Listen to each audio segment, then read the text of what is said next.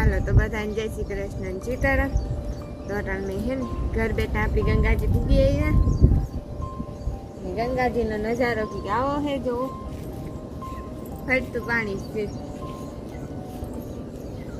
ને 2-3 દિવસ ગંગાજીમાં પૂગી આવ્યા હે ને બધા હે ને પુરાઈને બેઠા।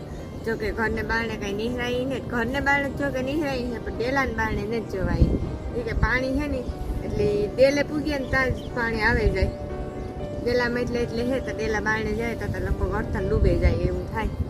તો આવું કે તમારે પાણીનો નજારો છે 2-3 દિવસના પુરાઈને બેઠા લોક બનતા ને ચાર્જિંગ છે નહીં લાઇટ તો હે નહીં પાણી ઉતરે ને તો લાઇટ આવે તો ચાર્જિંગ ભરાય ત્યાં સુધી તે કંઈ નથી પુરાઈને બેસવાનું છે બાકી ફરતું પાણી વેચવાનું